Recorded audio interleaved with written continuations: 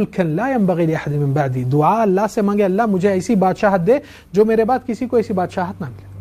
تو سلیمان اللہ سے مانگے نہ کہ جنات سے مانگے. یہ لوگ کیا کرتے جنات سے ریلیشن بنا کر ان سے سہارا لیتے. تو یہ چیز ویلڈ نہیں ہے اسلام میں. اور جو راقی بولتا ہے کہ ہم مدد لے رہا ہوں موکل سے، یہ الاؤڈ نہیں ہے، شرک ہے. شرک ہے. اگر کچھ لوگوں کو دکھا کے سمٹمز انہیں نظر آ رہے کہ کالا جادو ہوا، تو اس کو کیا گھر پہ بیٹھ کر کیور کر سکتے؟ یا کئی لوگ بولتے کہ ایک تعویذ ہے پڑھ کے آپ پھونک لو پہن لو وہ بھی کافی ہے. تو اس چیز کے بارے میں آپ کچھ بتانا چاہتے ہیں؟ الحمدللہ والصلاۃ والسلام علی رسول اللہ. ہمیشہ ہم کہتے ہیں کہ ہماری زندگی گزارنے کے لیے محمد صلی اللہ علیہ وسلم آپ کے مثال ہے اور ان کے پیچھے آپ کو چلنا چاہیے. جو رسول اللہ صلی اللہ علیہ وسلم اپنائے ہم بھی اسی چیز کو اپنانا ہے. علاج کے مسئلے میں رہو، کسی اور مسئلے میں رہو. ایسا نہیں ہو سکتا ہے کہ رسول اللہ صلی اللہ علیہ وسلم کو امامت پہ رکھیں گے نماز روزہ زکوٰۃ حج میں اور دوسرے چیزوں میں نبی کو ہٹا دیں گے. ہم ان کی فالو کرنا ہر چیز میں ہے، چھوٹے مسئلے سے لے کے بڑے مسئلے تک. وہی ہماری بھلائی اور بہتری اور کامیابی اور وہی محمد رسول اللہ کو ماننے کی گواہی دیتے ہیں.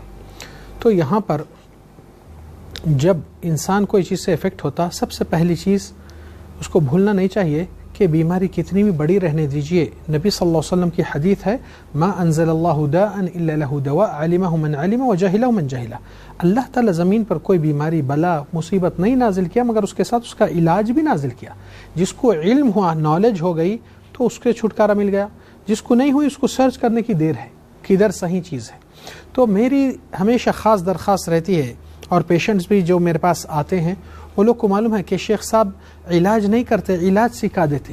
شروع مرحلے میں کچھ چیز پریکٹیکل آپ کے ساتھ کرنا ہے تو بتا دیتے، اور کوئی چیز ہمارے لیے گناہ ہے کہ ہم کو اللہ تعالیٰ علم تجربہ دیا یہ ہمارے خاص مفاد کے لیے استعمال نہیں کیا جائے بلکہ لوگوں کو اویئرنیس دیا جائے. اور اس کے کتابوں میں جو شریعت کے روشنی میں صحیح علم ہے وہ کتابیں بھی الحمدللہ دستیاب ہے، لوگ لے سکتے، پڑھ سکتے، خود کا علاج بھی کر سکتے.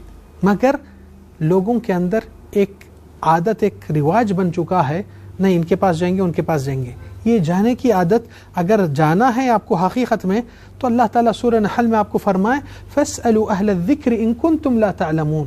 کوئی چیز کی لا علمی سے بوران پریشان ہو رہے ہیں تو دین کے علم والوں سے جا کے ریفر کرو. بولا اللہ دین کا علم وہ قرآن سے واقف رہتا، سنت سے واقف رہتا، شریعت کے احکام کی پابندی کرتا تو وہ آپ کو صحیح رہنمائی گائیڈ لائن دیتا ہے. آپ کو ہی اپنا کام کرنا ہے. کیوں؟